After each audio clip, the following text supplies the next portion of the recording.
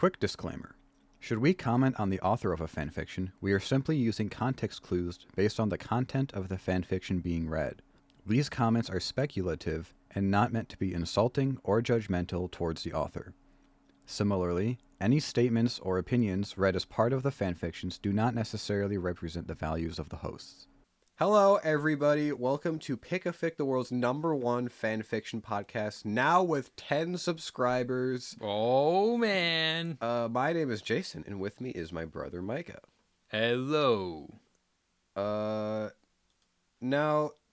I need you, right now, to give an in-depth, detailed, lengthy description of Alvin and the Chipmunks. Oh, okay. Well, it's about 3 chipmunks named Alvin, Simon, and Theodore. Their home gets cut. They live in a tree, and their home gets cut down, and they have to and they find themselves in LA. And they run into this music producer who can't seem to get a good gig. So then they sing for him, and the music producer Dave, they essentially become like partners, and but then they think the Chipmunks think that Dave doesn't love them, so they go to his music producer's friend. And they become like super rich and famous, but the super rich friend overworks them, and then they go back to Dave, and they all live as a family. Okay, so you interpreted the beginning of the movie differently than me, and you obviously didn't think the entire middle of the movie was important because you barely talked about it. I mean, I thought the funny thing is I thought it was the most important part, but it's just like, how do you describe what happens exactly? Alvin and friends, yeah, they end up in LA and they end up with Dave, but Dave is not a music producer. He is he's a songwriter. Right, a songwriter. His friend is a producer. Ian, Uncle Ian, as they call him. And the whole movie is basically just the Chipmunks just doing things in the house. It's like, because 2007, this type of CG hybrid type thing, at least on this scale for children, was new and exciting for some reason, and everyone was doing it, and every single movie from this era had it toward the entire middle is just them doing things inside a house. Yeah, the Smurfs was like that. Oh my gosh, you're right. I haven't seen it in a long time, but I think Garfield was like that. The 2004. Oh yeah, because there's you do know, you're right, because I'm assuming Hop is like that. We haven't seen that yet. Yeah, that's coming up soon. There's literally a part in Garfield where he kind of trashes the whole place. It's that's intentionally, because I think that's the best way for them to show off the technology, being look, it's everyday thing. These non-existent creatures are interacting with these everyday things that you have in your house. Oh, look, they got into the toothpaste. They're doing the toilet paper thing where they're batting it and unrolling it. Things like that. I specifically remember when the Smurfs were in the bathroom. I remember that's when I kind of realized they're doing this to show off. It just has nothing to do with the plot. It's animation porn. It's what Nostalgia Critic said. Nostalgia Critic said. I don't like that he's coined a term. I don't think he deserves it. So yeah, we watched Alvin and the Chipmunks. It wasn't good. It was better than the Smurfs by quite a lot. Yeah, and it was still bad. Still sucked. I still did I still didn't like it, but there is some entertaining stuff. I honestly I did Ian, which is I believe is David Cook's character. He was actually kind of fun, and he was the most realist one out of them all. You would actually say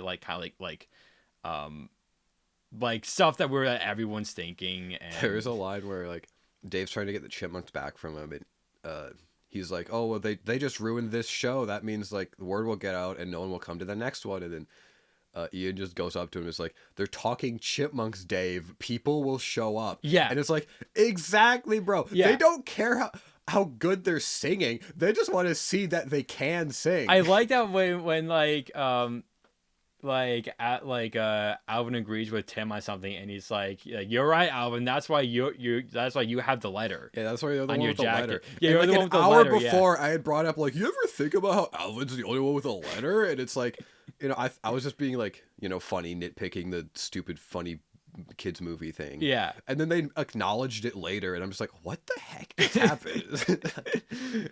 Oh yeah, it's so weird because I can't like. It's harmless, but like if you watch like I don't know, if you're watching it, it kind of just goes by. But at the same time, don't I don't know. I don't recommend it unless if you're curious. But Unless then you're freaks like us who like these. yeah, types. but then if you do watch it, it's not going to be as bad as you think. Like I thought it was going to be like Smurfs level, but I don't know. I kind of had I had more of an ironic enjoyment out of it than the Smurfs, where I just hated every second of it. Smurfs does have Neil Patrick Harris, which is simultaneously a step up and a step down. Yeah, yeah. The guy who plays Dave. The guy who plays Dave is the guy who voices Syndrome in the Incredibles franchise, and it's so weird because he's not animated at all. He's so flat. Yeah, and like just a normal man, and just like when he does the Alvin scream, he does it maybe 5 times. He does it decently once. Yeah. And it's the one time it's not on camera, where it's like a fade to black. Right. And he does the Yeah. yell. Every other time, he's just like, it looks weird. Like in a cartoon, like, having someone have their mouth really wide open to scream, it's like, it makes sense. But when you see it in real life, someone just standing there like, ah, yeah, like yelling something, it just looks, I don't like that. I don't like looking in people's mouths. Another thing is that I don't know this if that's a hot take or not. Another thing that this was like all in film. Yeah, it was a shot on film. 35 It was millimeter bizarre. film. We're watching the beginning, and we're just like, is that film grade? Like, was it shot on film in You'd 2007? expect to not see when it's like a Right. cash grab, like Well, children's film. For the digital, like, compositing, you'd want to clean, like, the cleanest image. So you'd think they'd go digital so they can get the non-grainy, like, right. clean colors that they can animate on. But maybe it was also like, oh, we can put a film grain filter on the animation and then it won't look as off. Maybe that's like a counter argument. I don't know. Yeah. There were only a couple scenes where the animation looked off. Uh-huh. And it was usually on like brighter backgrounds. Right. You could really tell it was like they were superimposed in later. Like, so you could tell that there were like some takes that they clearly should have retook, but like they probably didn't because like we don't want to like reshoot. It's the good enough thing where it's Yeah. like when you're on a limited, when you have limited film, or not, maybe not limited, but like it's more, the longer you go, the more expensive it becomes on like digital. Yeah. Then yeah, it's like that cake was good enough, we can keep it. On digital, you have the temptation to just keep doing it over and over again until it's perfect. So Yeah. you can just delete all the old stuff you didn't use. Yeah, it's interesting. It's weird. Like, I just want to know why they went with film for that movie specifically. Normally, I want film because it does look good, and like, Yeah. the Alvin and the Chipmunks Blu-ray looks pretty good by my eye. And hey, if they wanted to make a 4K, they could. Yeah. They could make a 4K and everything but the Chipmunks. Like, that'd be so funny though, because the Chipmunks were not rendered at 4K. That's for a sure. good point. Yeah. So it would just look so weird unless they had the original assets. They could go back and re-render the Chipmunks in 4K. And dude, I would pay for that. I would pre-order that. I'd be like, yo, they re-rendered the Dude, Chipmunks. what if there's like some like A24 like behind the scenes like level like documentary of like Dude, what Alvin and Chipmunks goes into the remastering Criterion Collection. like remastering Alvin and the Chipmunks. It's a completely separate documentary that they Yeah. made. Just like it's an hour and a half of content. Just like this was a long and laborious process. Right. But there's one issue though. We are a fan fiction podcast, so Yeah. we can't continue to talk about Alvin and the Chipmunks. It has already been 10 minutes almost. Man. I was debating taking a break from Sonic Riders many years later because we're right at a 5-part like arc, I assume. But I just want to get it. I've been thinking about this for the last 2 weeks. I want to get into it. I didn't have anything in my fanfiction list that was like calling out to me like the Pac-Man ones were. Yeah. Yeah. Because those I've just like I was thinking of those a lot, so I needed to get those off my chest. But so what happened? Let me look. Okay. What happened? Chapter. Well, Recap for the audience. Yeah. Okay. So, I mean, if you're just hopping in right now, literally, you're just going to be lost. I'm not explaining this entire story. Yeah, there's a playlist on our YouTube channel. Yeah, so if you're audio, you can just search. So please watch that. But I'm just gonna recap like what happened in the last 2 chapters. Okay, so like Wave is still like stuck in the lab in Tails' lab. Shadow like kind of like tries to like threaten Tails essentially because like Tails is being kind of like a psychopath. But like it kind of doesn't work, and so like they kind of like talk about some like Shadow and Wave, like Shadow kind of catches up on a Wave on like what's been happening essentially. So it's been kind of like a recap episode, I guess. And so like but Wave kind of like wants more information, so she like okay, Shadow's being like amid like a Tails that's kind of like gone insane like after the war, and like he is like even like he's been getting help, but he's also been killing people too apparently. A detail that we completely skipped over last time. Like the Shadow was saying that he's got like help from like psychiatrists and stuff, but he's like murdered a few. Apparently, but Tails has a body count. Yeah, and so kind of Wave is kind of like, okay, so like so I can't touch Tails' bottoms. Got it. I don't want to touch his bottoms. Yeah. We thought it was a mistyping of buttons, like don't touch his buttons, but it came up again and it was still bottoms, and it's like, okay, I guess don't touch his bottoms. Yeah, so and it was like Tails kind of is like also apparently goes to like insomnia too. Like he keeps having these like nightmares, like running through the woods, people chasing after him, and like he catches Wave like sneaking on his computer, and for the first time they actually have like a genuine like talk, like they're like talking as friends.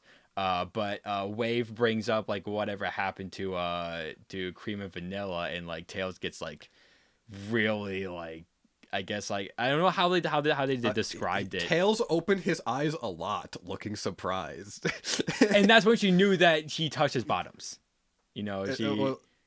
Yeah, and then the last sentence of the last chapter was Wave knew that she had just fucked up big time. Yeah, so she touched his bottoms. She touched his bottom. I hate that. So yeah, that's where we ended. I can't remember what theories we came up with. Either like Cream is dead, or Vanilla's dead, or someone killed themselves, or like this is like anything can happen essentially. Like Eggman nuked the world, and there are jelly monsters. Like expect anything at this point. So that's probably a terrible recap, but that's all I can remember. It's better than I could have done because you actually edit these, so you get a second listen to them. Right. We have some new characters that we haven't voiced yet. So that'll be interesting. All right, are you ready? All right, I'm ready as I ever will be. This is Chapter 8, The More Things Changes, Part 1. Earlier that day, it was early in the morning. The only thing filling the air was the sound of vehicles and the sound of little kids playing, laughing, running, being little kids. The young woman sighed, satisfied. She knew a lot of people would freak out by having to take care of little kids, but she loved it. They were so innocent, pure, and simple. She liked their company. However, she did have to admit they could be a handful. She entered the room. I assume this is Vanilla? Cream. Oh, it's Cream. Yeah. I think you... Yeah. I have it on the list of who's voicing who. You are Cream. All right. Good morning, kids. She greeted, giving them the warmest smile she could. Morning, Miss Cream. The kids answered in unison. We have a fun day right in front of us. Front who wants to hear a song? Cream asked. The kids then started shouting happily. The rest of the day was what you expect from a kindergarten, with kids having fun under the constant vigilance of Cream the rabbit. Within time, it was the kids' time to sleep. Some kids required a more special handling, such as singing a lullaby or a little moving. However, it wasn't anything she couldn't handle. Before long, all the kids were sleeping. She walked a few rooms away. Are you allowed to leave the children? She walked a few rooms away, listening a familiar voice have some kind of discussion. I don't know. Mystery Man. You want to be Mystery Man? Yeah. I heard you, Vector. I am the chef here. I know what I'm doing. He shouted, annoyed. Just like the time with the chocolate cake? Vector remembered him. That was... I guess that was Charmy? Well, hold on. You cut me off. Sorry. Vector remembered him, an ear-to-ear smile on his muzzle. That was years ago. Stop treating me like a kid. Charmy shouted at them. Then start acting like one. Espio told him. Then smoke appeared from the next room. And your soup is starting to burn. Crap! The bee-man shouted and went to turn off the fire. Luckily, the soup was still edible. Hey, Charmy, is the food ready? Cream poked her head into the kitchen. It's almost ready, he answered. Cream still entered at the kitchen, a thing instantly caught on her eyes. Charmy, just about everyone really, had to take some medicine for the mental traumas. He had his at the corner of the kitchen. Okay. I was waiting for it, dude. I was waiting for something like that to happen. What do you mean, like? Well, everything's going all peaceful and like just some weird thing, and then some like it's a traumatic thing that yeah. In a moment when the bee wasn't looking, she took them and counted them. He still hasn't drank today's pills. Yeah. You ever just drink your pills? I mean, like, yes, but no. Like, this author just has weird ways of describing things. I kind of like it. Here it is! Charmy appeared with a cup of soup, offering it to Cream. Cream had already left the machine where she found it. The or what? the medicine. Okay. Cream had already left the medicine where she found it. Cream took a spoon of it. Only a spoonful. A single sip made her entire face turn into a huge smile, blushing red just for how good it was. Incredible as usual. Thanks! It might even taste better if those two idiots would help me. He snapped at his two partners in crime. I don't know who's saying that. Yeah. You're the one working here, not us. Whatever. Cream let her friends just... I just listened... whatever fanfiction I just re-listened to, I was doing that a lot, where I would just add words... and I think it's coming back. Cream let her friends keep ranting for a while. She hadn't seen Charmy that animated in a while. That wasn't the only reason to leave. When taking care of kids, you can't permit yourself to just leave them alone for a second, or things could go wrong easily. Cream, however, had developed some kind of sixth sense to let her know when something was out of place. Just as she expected, when she returned to her classroom, one of the kids was missing. She already imagined where he was. Okay.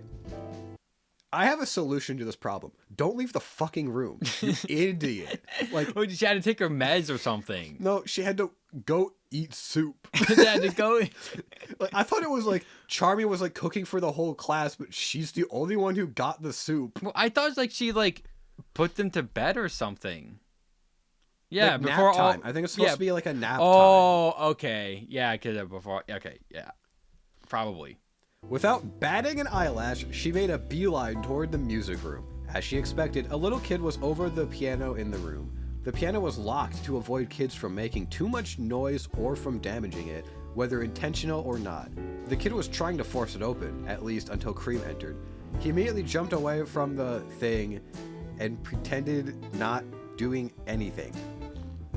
Manic, what are you doing here? Cream asked him. Wait, isn't Manic like the Sonic Underground, the brother, did you see the green one? Isn't he the green one? Green one. Sonic. I'll do some research. It's called the Sonic Wiki Zone. Get it? Because zones like in Sonic. Oh yeah. Manic Acorn, I assume, is a regular blue guy. What? Blue hedgehog Sonic looking guy from Archie. Okay, wait. Oh, okay, so Manic is the green one in Sonic Underground, but it's a C, not a K.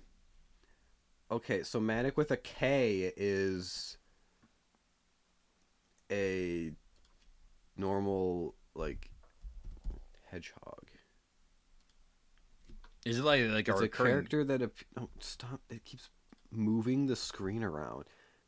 Is a character that appears in the Sonic the Hedgehog comic series, blah, blah, blah. He is the son of King Sonic and Queen Sally and brother of Princess Sonia Acorn. Manic bears great resemblance to his father and has inherited his super speed abilities and personality, but has his mother's eyes. He's the prince of the kingdom of Acorn. Dude, there's too much lore in the Archie stuff. Yeah, we haven't touched any of the comics. Just so you know, audience. It's like, you know, there's like the different levels of Sonic fan.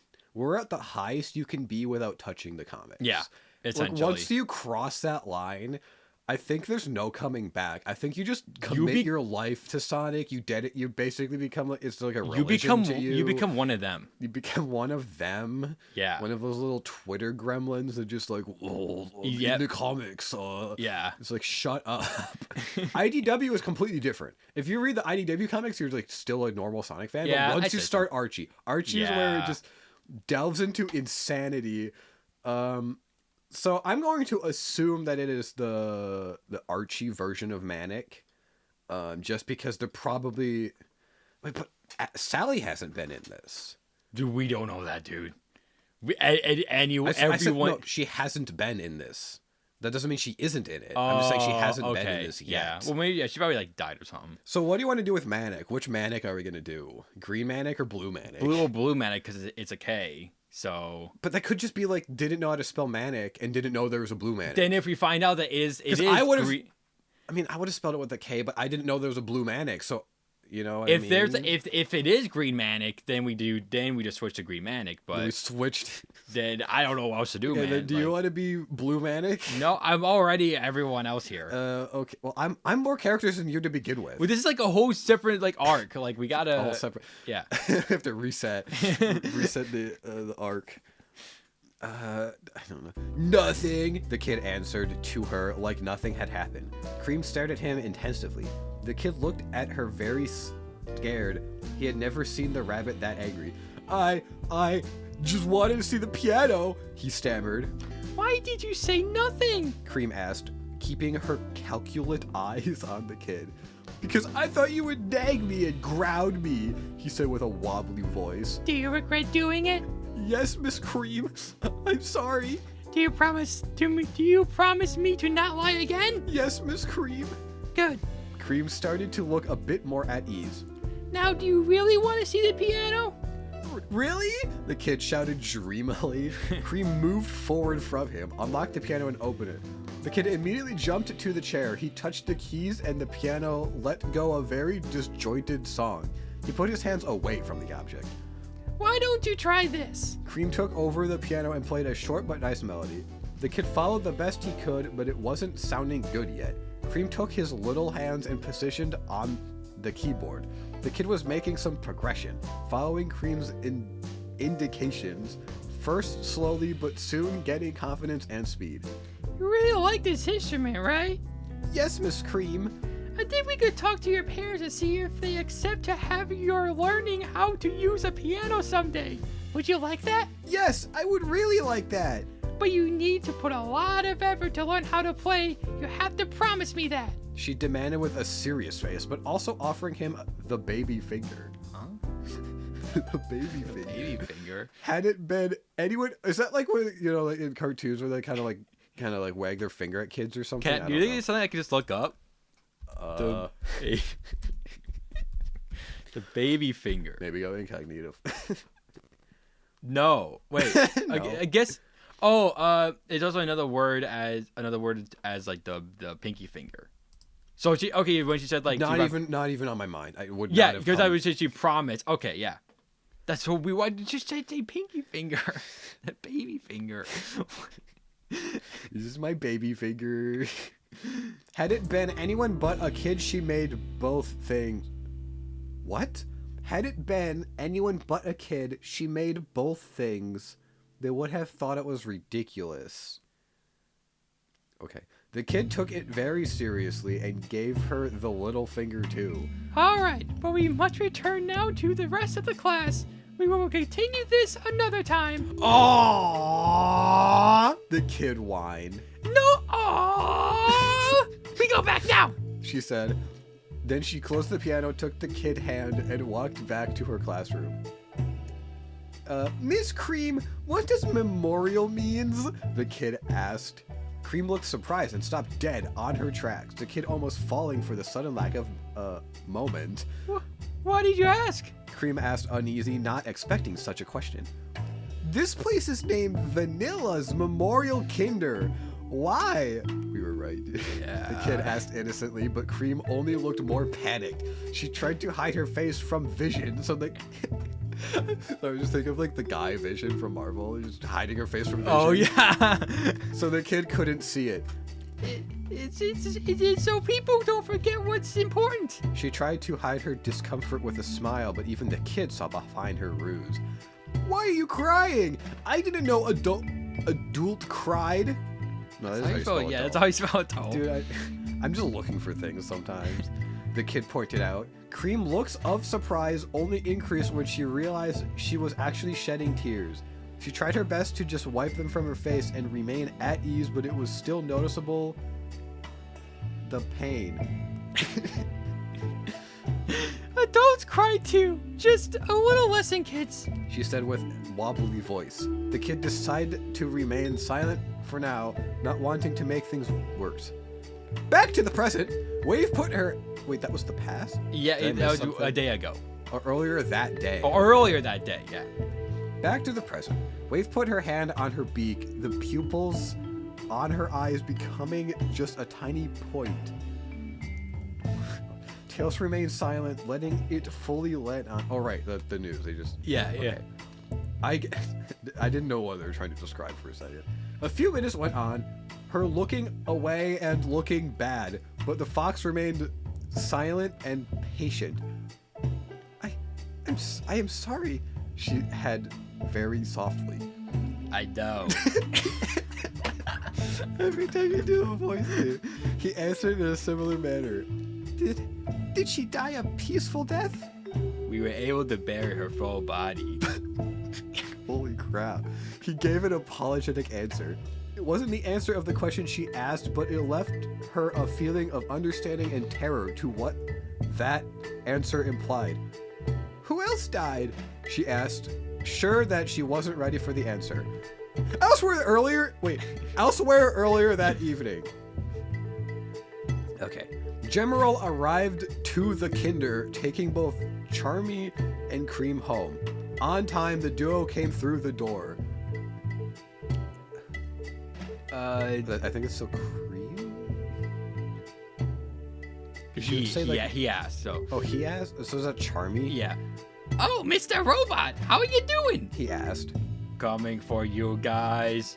Don't say you forgot again. General answered in a cheerful manner. But I have both Esview and Vector here with me. I don't need another chaperone. If robots could emote, his eyes would have gotten so big out of surprise. The next thing he did was look at Cream with incriminating eyes. May I have a minute? He asked Cream. They both walked a little away from Charmy after that. Are you crazy? No, General. My medical records say I am still sane. She answered seriously, but you could still notice a little edge on her tone. You know what I mean. Are you not taking care of his pill count?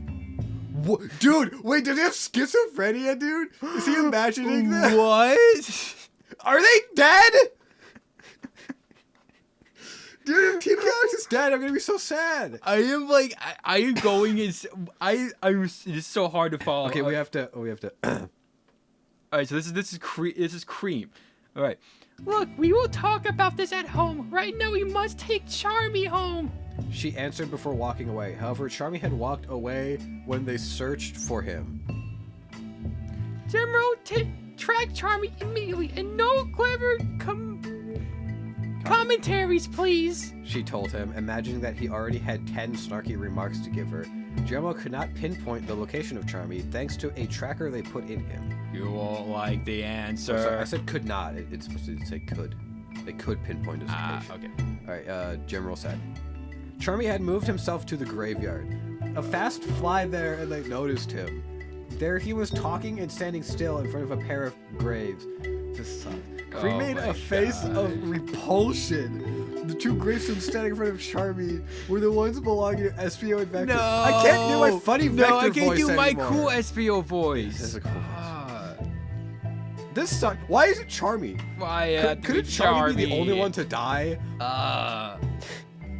Indeed, while Charmy insisted that he could still see his two older partners, in reality they were both dead. To protect himself, his mind convinced him that his two father figures were still alive, that they were still always with him, still taking care of him, still sharing with him. His medicine was to stop his hallucinations. The weird thing was that he was here in the graveyard, in front of their gravestones, while still believing that they were present. Cream moved closer to him, not sure what could possibly be going on in his head. Charmy? She asked, carefully choosing her next words. Yeah? He answered, sounding perfectly normal. Are you okay?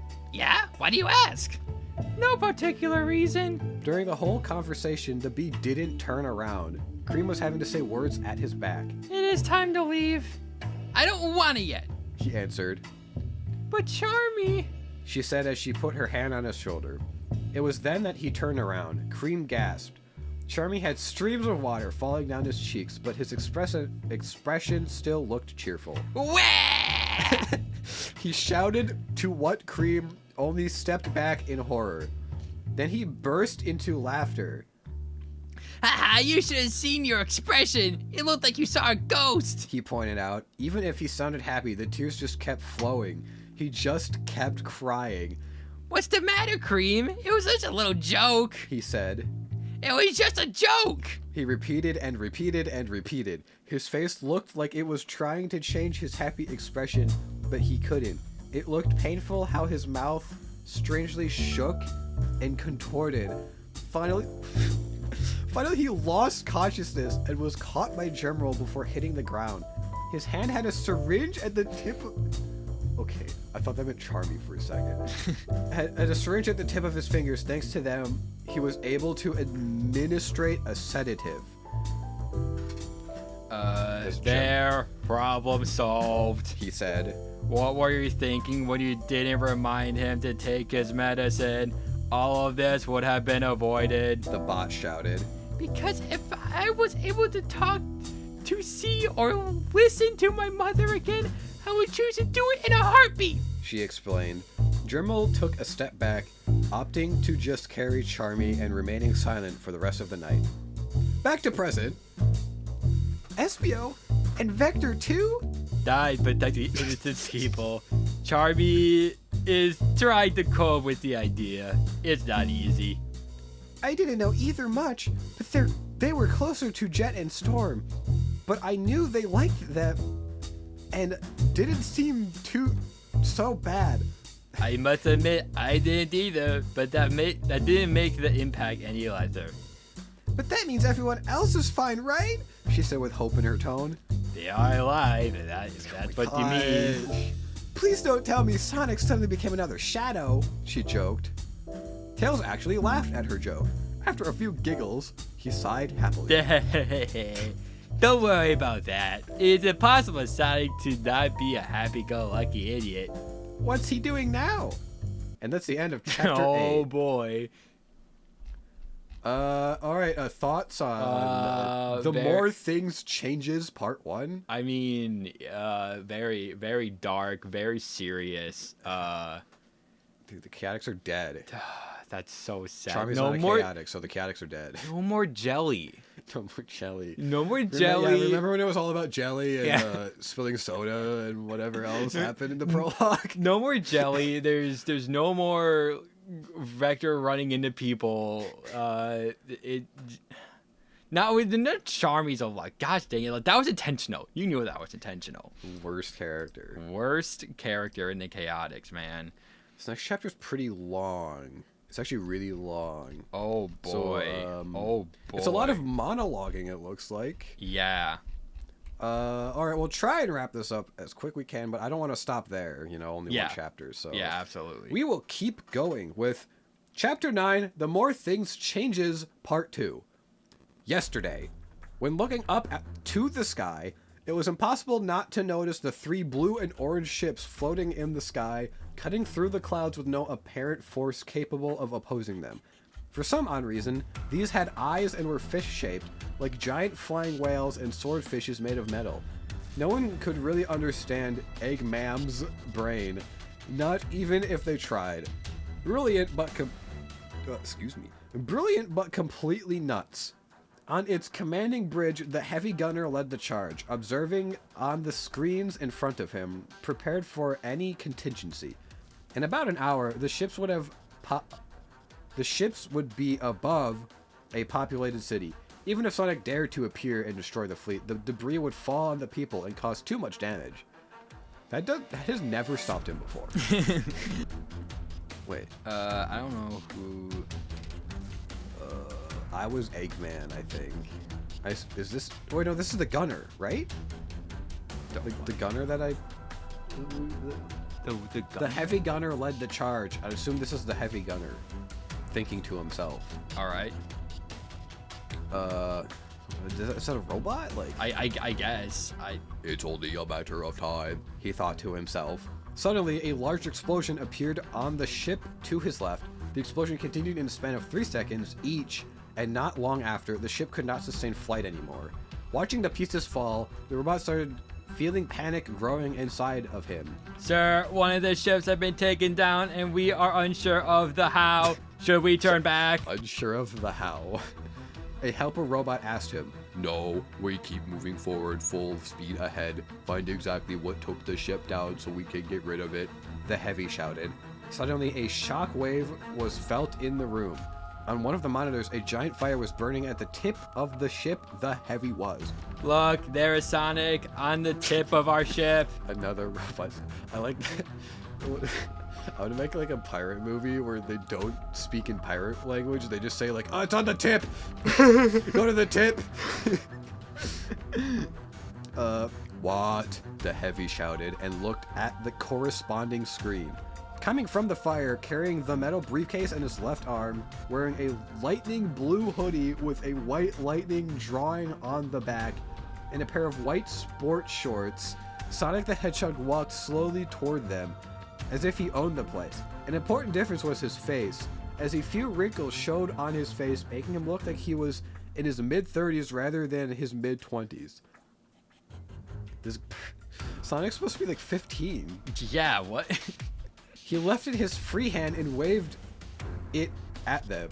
Hey people, what's the matter? You don't have any welcome reception prepared for me? Come on guys, I had higher expectations, he said without a care in the world. Sir, I think he is mocking us, the bot said. The heavy gunner only looked at it with disbelief. Shoot him with everything we have. Send every robot we have. Prepared every missile. Summon the dead. I don't care. Just destroy the hedgehog once and for all. He shouted in absolute fear. On cue, hundreds of robots emerged from the ship, all with the single objective of getting Sonic. Every turret and gun on the surface of the machine started pointing at him. Every missile silo was being prepared to hit him. That's more like it, the hedgehog thought out loud, starting to run. As the rain of bullets and missiles started, he threw the briefcase, which turned into his faithful blue star, and wrote it. Is this the first, since the prologue, this is the first time they're riding extreme gear. Yes, in they the are Sonic riding. Riders fanfiction. Yes. In chapter 9, this is the first time they're riding it since chapter 3. It has been 6 chapters. We did it, boys. Several of the missiles landed. A cloud of smoke surrounded him. When the hedgehog re-emerged, he was in his ball form while moving with the help of his board.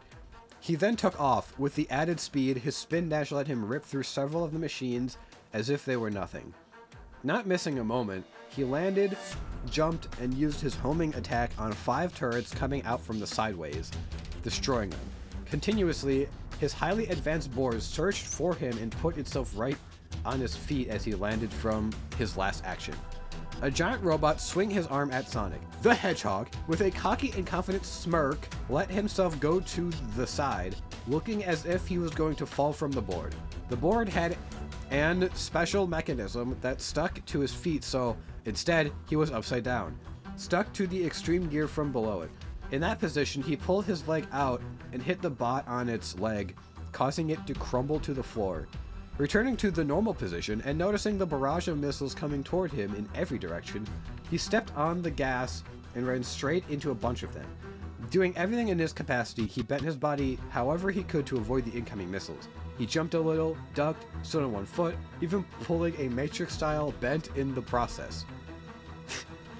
The avoided projectiles just turned over, also following Sonic instead of hitting themselves and exploding. That didn't work, thought the blue blur. Knowing that he had to do something different to stop the missiles, he took a steep route and jumped out of it as a ramp. When he reached the highest, he jumped away from the board and moved rapidly in circles, forming a blue tornado. His plan worked as the missiles were redirected, hitting different areas of the ships, several areas of it catching fire, and some holes formed from the external pieces. Now on freefall, Sonic looked down, seeing how the blue star moved closer to him in the sky. He stretched his arm, trying to grab his board as soon as possible. Just when he was inches away from the board, a laser came from below and blew it up, the explosion hitting the hedgehog hard. Still a little shaken by the blast, he noticed that more missiles were coming his way as the heavy gunner kept blasting them from his rocket launcher while riding a motorcycle-style extreme gear. Using his drop dash, he landed on the floor with a little damage, and the impulse barely let him dodge the explosions around him. The moment the Heavy knew that Sonic had outrun his last missile, the Heavy went into overdrive, throwing every possible blast at him. A few shots rapidly became hundreds. Sonic just ran as fast as his body let him, but with several coming at him, many almost hit him, causing him to trip. He was barely able to dodge any good blow when that happened. Hey pal, don't take down the house just on this dance. Even in this predicament, he looked like he was having a blast. No pun intended. I assume this is the Heavy? Yeah. The big difference between me and Eggman is that no matter what situation we are, I will always give everything I got to destroy you. No stupid theme park, no stupid plan to take the world hostage, no idiotic idea to bring some stupid monster that will eventually betray me. My one and true objective is to destroy you, molecule by molecule, if necessary, no matter what it takes. I don't care if this ship has to be destroyed for that. By the way, I forgot Eggman's dead. Oh, right. I completely forgot I Eggman's dead. completely forgot he's dead too. Sonic killed him, remember? Yeah. Yeah, he did. I won't be able to do my Eggman voice either. Aw. The Heavy gunner shot out with a hatred that shouldn't be possible for a machine to express. Then, very timely, an explosion was heard behind them. The robot turned around, noticing how the third and last ship was on fire, rapidly losing altitude and exploding when it finally crashed. The evil robot remained frozen for a second. A twitch in his optical receptor had formed from the sight. Do you care if that ship is destroyed? Sonic joked behind him, wearing a shit-eating grin.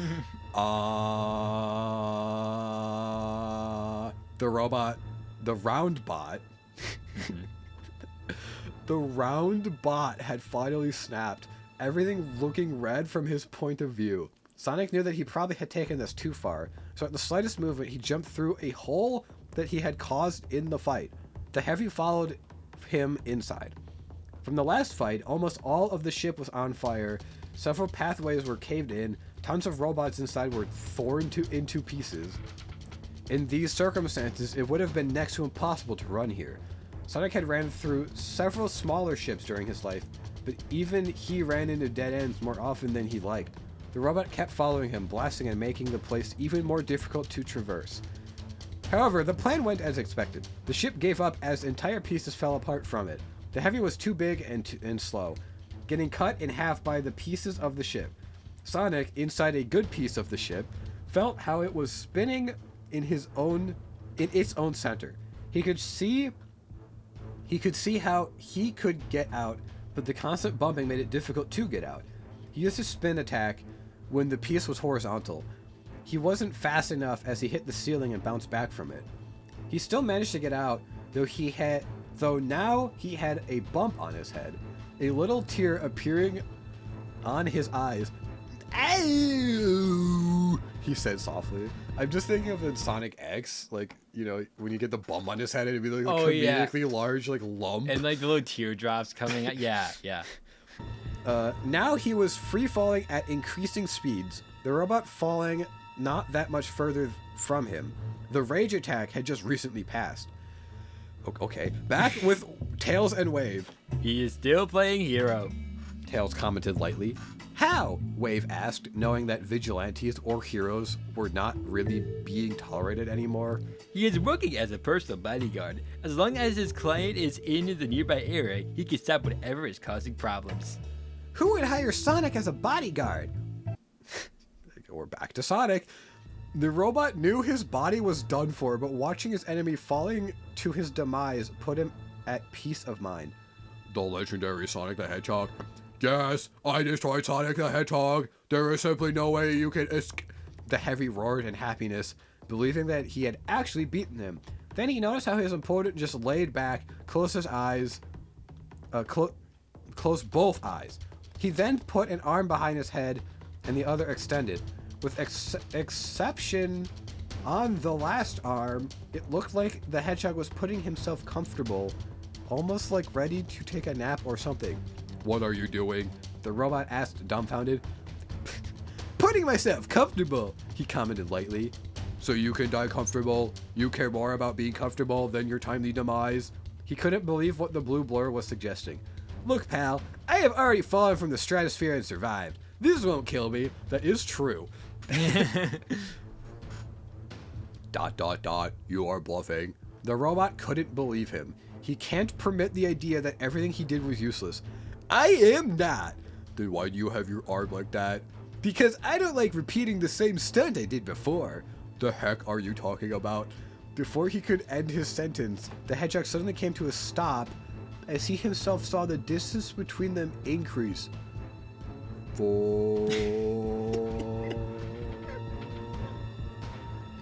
The insult was heard, getting more and more distance rapidly. Sonic looked as if he was held by the arm. The only thing that could be heard was the sound of an engine. Suddenly, Amy slowly materialized, going from invisible to her typical colors. It was now clear that Amy had her extreme gear and caught Sonic's arm as he fell. You know, was Amy in the prologue or the prologue? Look. Well, if she's in the voices list, I'm pretty sure she was. Yeah, I'm Amy. Apparently, this is just. If you ever want me to take over for something, no. The girl was wearing similar clothes to her racing gear, with minor differences. The pink color was a bit softer, and her shirt had long sleeves. Aside from that, she had let her head quills grow, falling a little below her shoulders, and on her right arm, instead of a gold ring on her wrist, was an ancient-looking gray bracelet with a green orb. I didn't think the quills grew. You know? Yeah, I never I just assumed they were like part of their body, you know, not like hair. Right. So, how are you hanging? She said, unable to stop the pun. She was hanging too much with Sonic, but then again, that's what she loved the most. Being better, he said slowly and straining, like he was in pain. What? Is something wrong? Amy asked, worried about his well-being. You dislocated my arm, Sonic said. Oh, she said softly before putting him on her board. Sorry. Don't worry, Sonic said. Amy then put his bones back in its supposed place. Sonic grunted out of pain for a moment, but it wasn't anything he couldn't stand. I am used of you doing more damage than most of Eggman's plans, he quipped. Hey! She shouted, a bit offended by his comment. Let's get home, shall we? What happened to the board? She asked calmly. Thought Sonic opened his eyes a lot and looked a bit nervous. I lost it, he said, apologetic. Amy also froze in place. The last time this had happened, Tails caught Sonic in his sleep, put him some slow down shoes that did not let him develop speed, and put him on a tiny island in the Soul Dimension. The Soul Dimension? What? Just for destroying the last board he built for him. We better get him something to soften the blow. Back with Tails and Wave. Seriously, Sonic is tolerating Amy in a journey through the world as her bodyguard? Wave wasn't so sure to believe that. You make it believe as if they can't stand each other. Sonic kept dodging her like the plague when they raced. I guess it looks that way from an outside's perspective. He thought out loud, putting a hand on his chin. Right. Still. Yeah, Sonic hated her constant attempts to make him marry her, but they also had worked together on numerous occasions. They are closer than you think. And what is Amy employing Sonic for? Academic studies on ancient structures and relics, specialized in Mysticism and ethereal forces. Wave stopped for a moment before starting to laugh. Ha ha ha! Tails let her process that at her own speed. Come on! It is Amy, the crazy fangirl. She can't be some kind of expert explorer. Plus, ethereal forces and mysticism? That's magic, fairies, and all that bullshit, she said. Said the girl with little Aladdins and genies on her family tree. The carpet was science. It was designed as a predecessor of the extreme gear, made with the same materials and properties. It can be explained.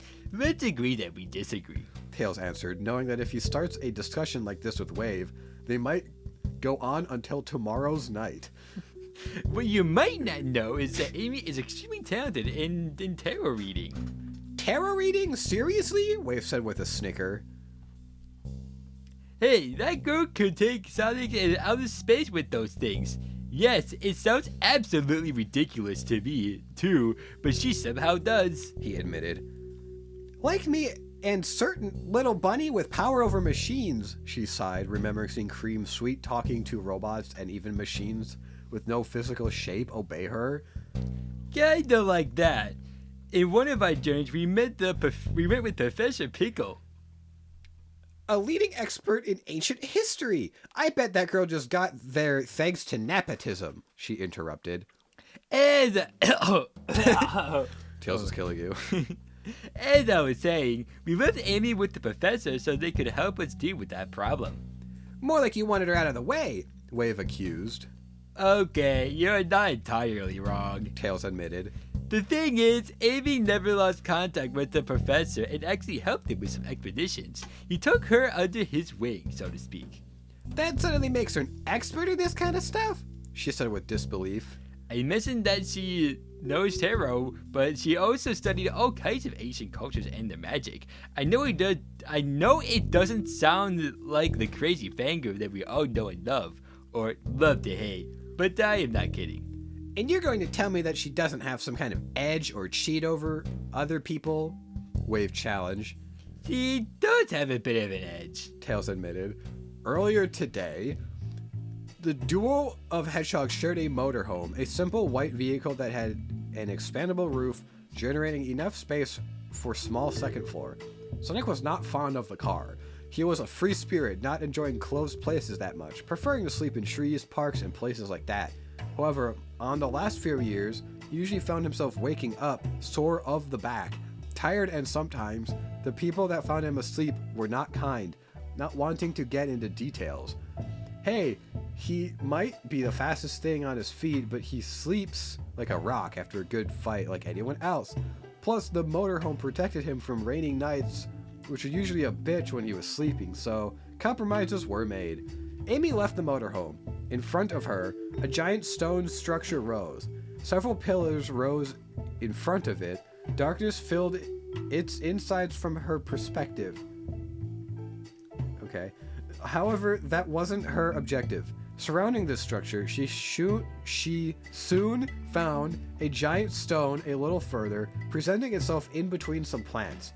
It didn't had any mark or sign of it being special. However, Amy knew it was unnatural. Lifting her arm with the green orb bracelet, said ball lit up. On the stone, green marks appeared, some kind of letters in a forgotten language. Then the stone opened slowly, cutting itself cleanly from the middle on a vertical line, producing a loud dragging sound. Soon a blue circle could be seen where the stone once stood full, having a mystic aura emanating from it. You should put like the stone like dragging sound effect in here. Yeah. Sonic, it's time to leave! Amy shouted. The male hedgehog appeared a few moments later. What are we waiting? Sonic commented. I was waiting for you, Slowpoke, she quipped. Hey! Sonic whined. Then they steeped on the circle. In a quick flash of blinding light, they disappeared, followed by the stone, who went back to its original position. On the hedgehog side, they were in a cavern area, an area completely on the dark with the exception of a thin pathway seemingly made of green light ahead of them. Without much further ado, they started walking. You know, I always feel like we will unleash some crazy monster when we walk with these ruins, Sonic commented lightly, putting both his hands on the back of his head. I know what you mean, Amy replied. It feels like something Eggman would rather do to us. Or the Babylon Rogues, she added. A few good minutes passed, but nothing appeared in front of them. Something's wrong, Amy said. Both of them looked back to the entrance, realizing that it didn't look like it had moved at all, considering how much they had walked. While having walked for a few minutes, they had not advanced that much. Seems like the fun is about to start, Sonic said with a smile. Amy then closed her eyes and put her left hand on the green orb, looking like she was concentrating. Her lips made some movement, but no audible sound came. About a second later, the green orb shone intensively, a new road appearing down her way with the shape of a flight of stairs, about half a meter wide each step. That wasn't the only thing that appeared, however. A few lights of purplish tone appeared above them. In the void they were. It looked like they were watching a starry night. Sadly, its beauty was treacherous as they let go a little stronger light before shooting an energy ball at them. The first ball was shot towards the pink hedgehog. As an answer, the girl took a jump back. Behind her, Sonic was expecting her, landing precisely on his arms. Then he started running down the materializing stairs as the pink girl made her hammer appear. The star-looking things kept shooting at them, the blue blur doing its best to keep both of them safe. Amy kept her eyes closed, still murmuring inaudible stuff. Sonic kept doing his best to dodge, but in his concentration he actually put a foot of the stairs, causing both of them to fall off the road. Crap! He shouted. Amy, who was caught in her own thing, was brought back to reality, needing a second or two to understand the situation. Luckily, she noticed that they were not that far away from the stairs. She stretched her arm, her hammer at hand. Using the head of the hammer, she stopped the fall. The hammer had stuck on a pair of stairs. The gravity made them move in an arc, moving them back to the stairs. The moment he landed, he started running again. Sonic, focus so I can focus too, Amy complained. The moment you start carrying the team, you will have the right to complain. Pun totally intended, he joked while Amy returned to her soft talking. Soon her hammer had green aura surrounding it. Soon the stairs ended, leading to another thin pathway, the hedgehog only moving forward now. Put me down, she said. Sonic obeyed. Timing her movements, she used her hammer to hit the energy coming at her and rebound the blast. The energy balls hit the source, exploding and disappearing. What was that about carrying the team? She commented cattily while checking her free hand. However, not all of the stars had disappeared. The last remaining 3 aligned themselves, putting themselves like an isosceles triangle. Soon they shone again at the same time, but this time a large continuous laser came from them. Amy tried to block it, but she was being pushed back. A trail of dirt appeared.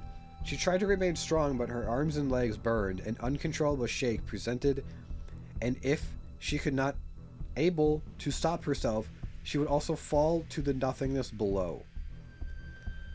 Luckily, Sonic put himself behind her, put his arms around hers, and joined the struggle, managing to stop both of them. They might actually be in serious danger. She was in pain, and if she lose control, they might die, but a good part of her mind was too distracted thinking. Okay, I'm not gonna read this in the Amy voice. This is one word, like a bunch of words without any spaces.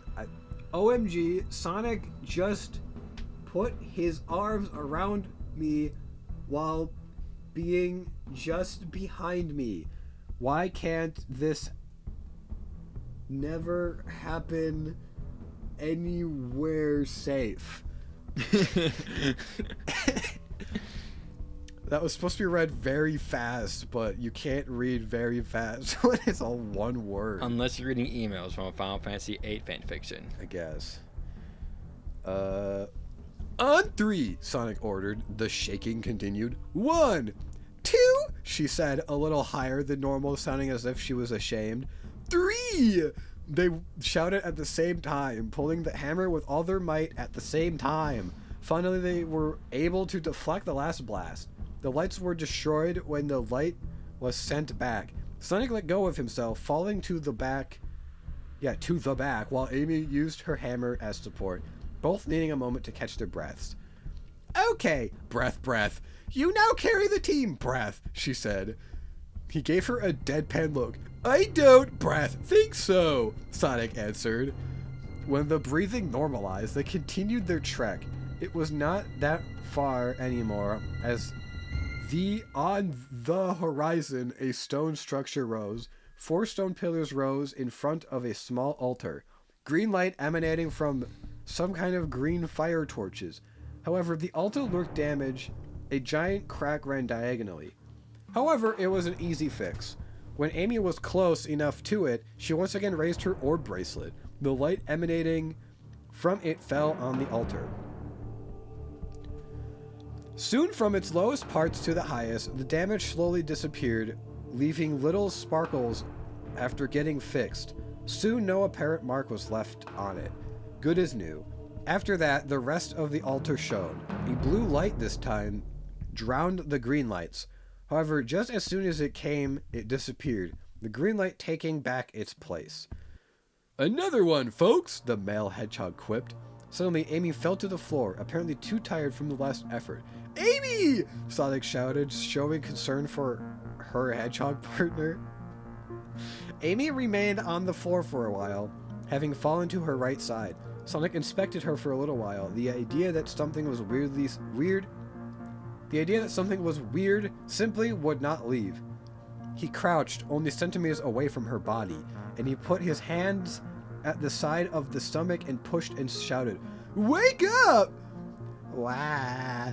Amy didn't saw this outcome coming, surprised by his shouting. What she saw was a blue hedgehog giving her a tired and disappointed look. Amy, I'm not going to carry you just because you want me to carry you. Sorry, I couldn't help myself, she said with her hand at the back of her neck in an apologetic manner. I got this. Sorry it didn't work out. It didn't work. A third voice could be heard at her side. Amy looked to her side. A white figure had appeared out of nowhere. Even if it looked like it was made of light, she could still notice its shape. Some kind of small anthro with big ears, fluffy ball-shaped tail, a little hair on top of his head and between its ears, and some sort of small fairy style. Yeah. Oh my god! It's Chip!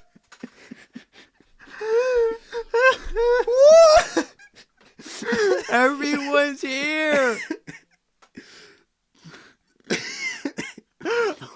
It's Chip! I did read a little bit ahead, so I was that's wondering why you were doing like a Tails voice. I'm like, is Tails here? It's okay, Chip, Amy commented. Where next, little guy? She asked.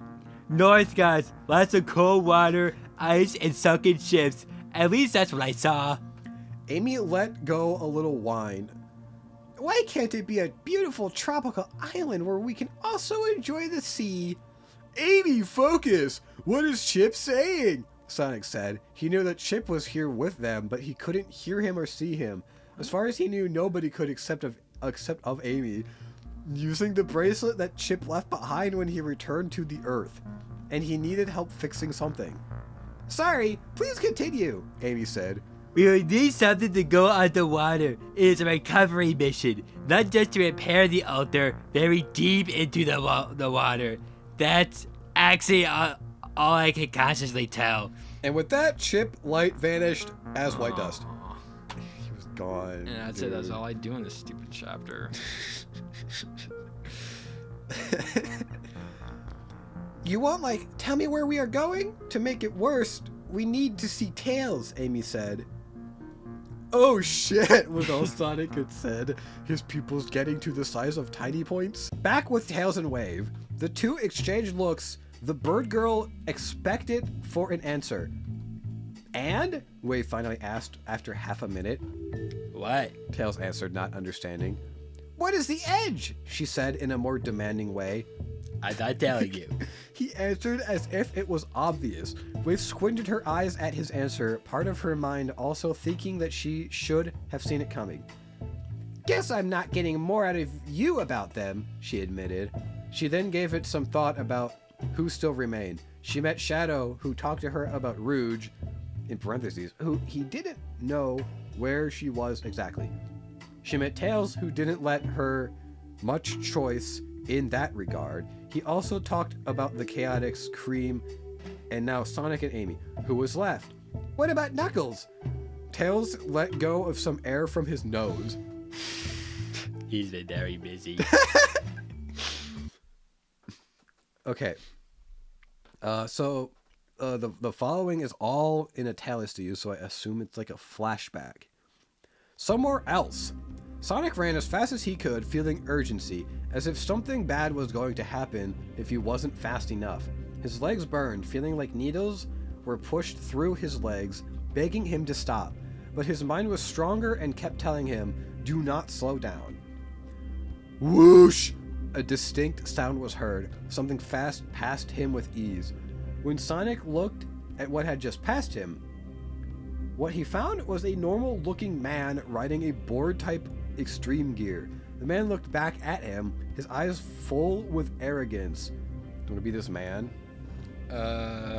What a joke. He spat. Whoosh! Was heard again, while something passed the hedgehog. Again, a woman with a rollerblade-style extreme gear. The process repeated, but with different words. Give me the... Oh, yeah. The fastest thing alive, my ass. Whoosh! This time a little kid with a board type. What a loser. Whoosh! An old man with a moto type. A creature bested by a machine yet again. Whoosh! A cat with scooter-looking board. You are too slow. Whoosh! A freaking snail with board type extreme gear. Your time is up, old geezer. Whoosh! Whoosh! Whoosh! Whoosh! Whoosh! The sound of the machines kept surrounding him. Soon hundreds upon hundreds of different people of all sizes, sexes, and species kept passing by him. They spat of insults had simplified into an unending laughter. Sonic put his hands on his ears, hoping to drown the noise, but it kept penetrating, feeling like the worst screech you have ever heard in your life. Just stop! Sonic had to stop himself. It was being too much to tolerate. However, the moment he shouted, he realized that they were no longer there. Sonic! He heard behind him. Tails, Amy, Rouge, Knuckles, Silver, Blaze, everyone that he considered at least an ally was there looking at him. However, behind him, a shadowy figure rose, much bigger than any of his friends. The only thing identifiable from the figure was the light being reflected from its lens and a white, wicked grin that he knew all too well. Eggman! Sonic shouted. For whatever reason, his friends seemed oblivious to him, looking like they were going to be taken by surprise. He immediately thought about how Eggman just wrecked the world on his last plan. But this time you won't get, he was thinking, when suddenly the floor below him crumbled, the hedgehog falling prey of the gravity. No! He shouted at the top of his lungs. In his fall, he tried to move closer to a wall of dirt, hoping to grab onto something, and he did. He thought he had caught some kind of twig coming from the wall or something. He was only happy he was alive. Soon he started running back up the wall. However, he found himself stopped.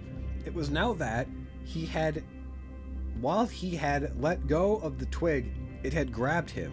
Inspecting the supposed twig, he realized that it was actually an arm literally coming from the wall. Is this Hideo Kojima? Soon a body came from the wall, the arm still not letting go of the blue hedgehog. The creature emerging was a black hedgehog capable of flight, identical to Sonic's super form in shape, but with a sinister look, a dark aura surrounding it. He let go of a sinister snicker. It's time to have fun. This is Mephiles. Oh no. Pain started on the hedgehog hand, some kind of dark ethereal fire coming from the dark hedgehog, and was climbing his way towards Sonic. The blue color on his quills faded into black for a second and back to blue. Intermittent, but the black color was taking over. Even if he was twisting with sheer agony for the pain, Sonic was still able to kick the evil faker, actually managing to break free from his grapple. He was still able to run up a good part of the wall with apparently little difficulty. You cannot escape me, the dark hedgehog said calmly, like he knew more than him. Sonic didn't pay him attention, continuing his way up. However, he was caught again, this time by a purple version of himself, with two large white streaks running over his forehead and up, and the lack of pupils. Okay, are these different forms of Sonic? Yeah, I'm trying. What's the dark form of Sonic? Well, I don't know. I think they're just like, I don't know. I think they're OC's version of Sonic. So I don't think that they're from anything. This new opponent put himself directly in front of Sonic. The hero couldn't stop himself, so he crashed against him. Dark-spined Sonic also had the ability to fly, so he made sure that either of them would fall. What's the matter? You started to become a huge coward? It challenged, followed by a bear hug to Sonic. The process repeated. The new evil Sonic form was trying to stick to the good one, constantly intermittent, now with a different suffering, as the bad hedgehog exerted enough strength that Sonic's back was cracking from his strength. Letting a cry of pain, the hedgehog then used his head to hit his opponents. Darkspine let go of the hug, but still had him grabbed on the arm. Sonic used this on his favor, starting to run around him. Since his opponent would not let go of him just like that, he was able to build enough speed. Then, in the correct movement, he threw a punch at his grabber, making him lose the grip. Sonic going up at incredible speeds, finally making it out of the hole. The plan went a little too well, as he was shot much further into the sky than he expected. Nothing a fast homing attack won't fix, he thought, already preparing himself to push forward. It was then that something fell on him, stopping his last move and made him fall faster to the ground. Whatever it was, he could only tell one thing about it. It was very, very hairy and fluffy. Boom! Soon Sonic reached the floor again, crashing, unable to shake off what was holding him. The animal that had made him crash lifted itself off him. Below him, Sonic was stuck to the earth, leaving a crater of the same shape as him. The animal pulled him out of there. Its large, fluffy, clawed arms pulled him out with no effort. Falling from so low hurt you? I thought you could fall from the stratosphere and walk away like it was nothing. the animal talked in faint surprise and sarcasm. Every part of Sonic's body was in agony. The very idea of looking his captor in the eyes brought more pain. The werehog was what he found. And again, some kind of dark energy climbed up his body, mutating him into the werehog. Sonic threw a kick to his face, which permitted him to land and started running away. Running away again. However, he soon noticed that he was getting slower until he stopped dead. Even though his feet were moving as fast as he could, looking back, he realized he never escaped the werehog's grasp. Werehog using his stretchy powers to permit him to get some distance. "Please don't!" Sonic nearly begged. The werehog just smiled sinisterly. Using his arm like a rubber band, he jumped toward the hero at speeds that Sonic himself couldn't avoid. When he got close enough to Sonic, he crashed on Sonic's feet using the spikes on the werehog's shoes skewered Sonic's feet. The most horrifying shout of agony came from Sonic's lungs. Feeling how his feet were just destroyed a second ago, while the werehog still held him, the transformation still going on. Suddenly, for whatever reason, the beast moved away, letting go of Sonic. That was it. With unimaginable pain, his feet unable to do anything, Sonic wanted to lay down, to rest, to not do anything for a good while. But that wasn't a possibility. For whatever reason, he rose his head, his eyes catching Tails just a few feet away from him. The thought that he might still need him soon took over. This is a dream, right? I'm assuming so, yeah. Using just his arms, he dragged his body, moving closer to the fox. His feet were killing him, feeling the need to take off the shoes without using his hands. Just as he expected, his now naked feet had several holes in them, thanks to the spiked shoes and bleeding, so much more than it should be possible. He was confident he had also shattered the bones. "Don't look behind," Sonic thought, only looking forward. Soon he reached his little brother. He extended his arm, reaching to his feet, and then everything went wrong. With the bare touch of Sonic's hand, Tails' body went forward, inclining forward, his head falling from his shoulders, landing on Sonic's limping body. The rest of the body went to the floor. Sonic froze for a second, watching Tails' head, its horrified expression of terror accompanied with its blank dead eyes. A little blood covering it. But the nightmare wasn't over. A little further, his eyes caught that the rest of his friends were also dead. Amy, Knuckles, Shadow, the Chaotix, all of them were piled together, all with blood all over them and with the same dead eyes. "No!" Sonic whispered. He was overwhelmed. He had failed them again, but this time the consequences were much worse. And then, the icing on the cake, the three evil Sonics crashed on him, all piling on him, all entering in contact with him.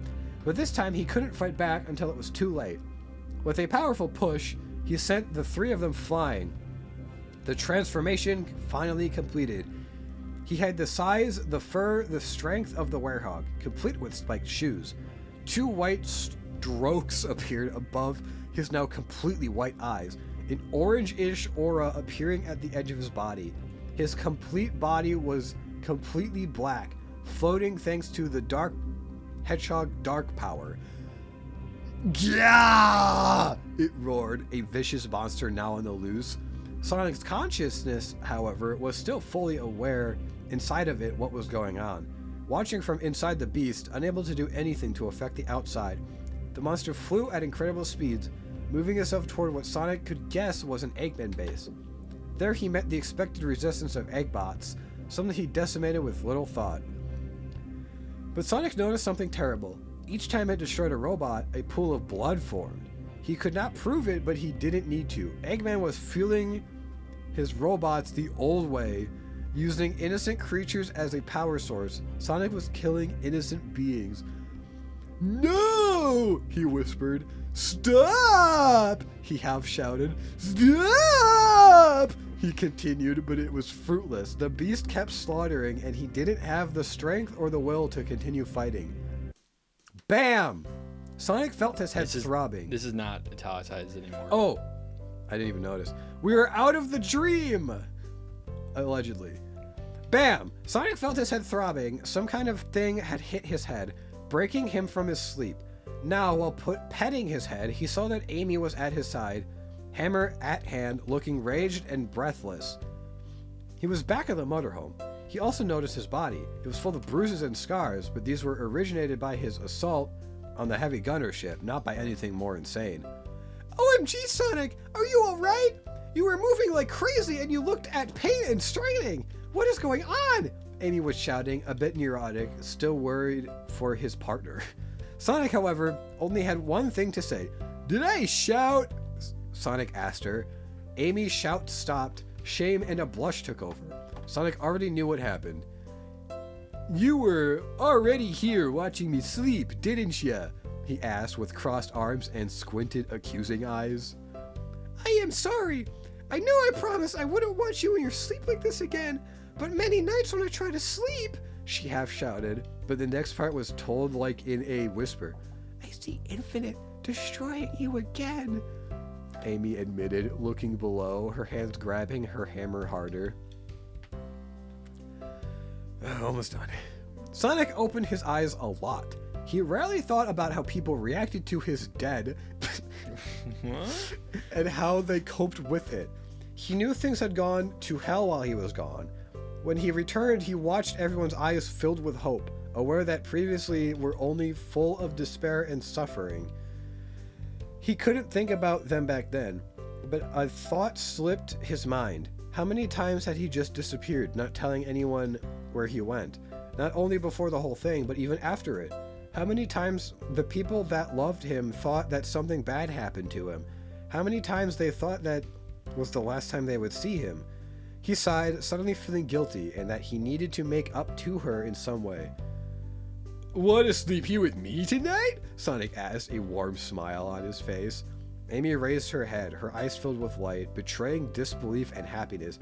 I will go change into my pajamas, she shouted while running away. A few minutes later, she was finally sleeping with Sonic for the first time. Kinda. They brought an extra mattress where Sonic was sleeping while asleep on his bed. Not how she expected to sleep with Sonic, but at least if either woke up from a nightmare, just looking at their partner at their side would be enough to pacify their fears. Whoa. Okay, an author's note to end the chapter. You know, I think this is the first time I earned the M rate that this fic is supposed to deserve. Anyway, I like how this one had turned out. So next time, we get what Knuckles have been doing these years. Do you think I should be more descriptive about character things and such? No. I mean, the point of fanfiction is that you find stories about characters you want, so I expect some knowledge of the series, but what if the reader haven't played a lot of games of that series? The Riders series in particular has a following, but can I see plenty of fans ignoring it for being a racing game? Maybe a friend recommended it to someone who knows nothing about Sonic or decided to read it because it liked the title and resume.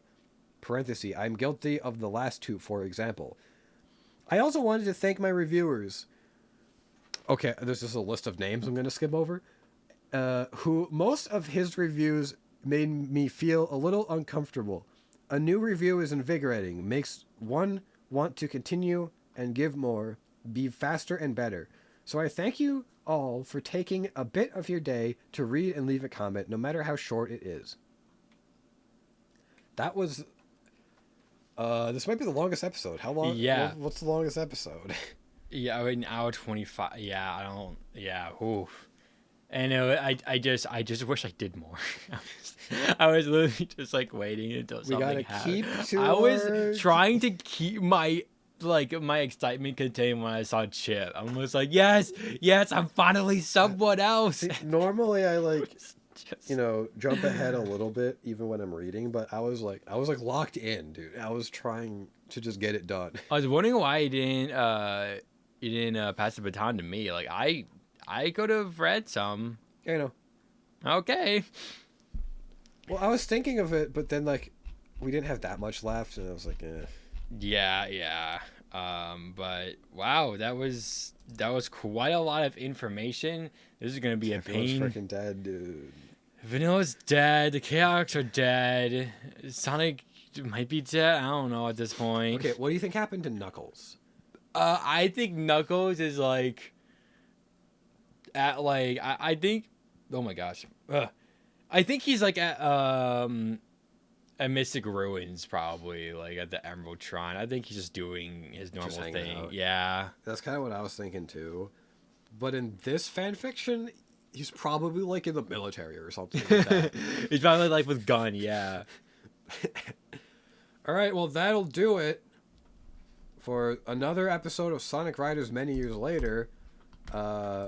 Make sure to like, follow, subscribe, all that good stuff. We will see you next week with something Micah has that isn't Sonic, probably. Oh no. Oh no. Bye. Bye.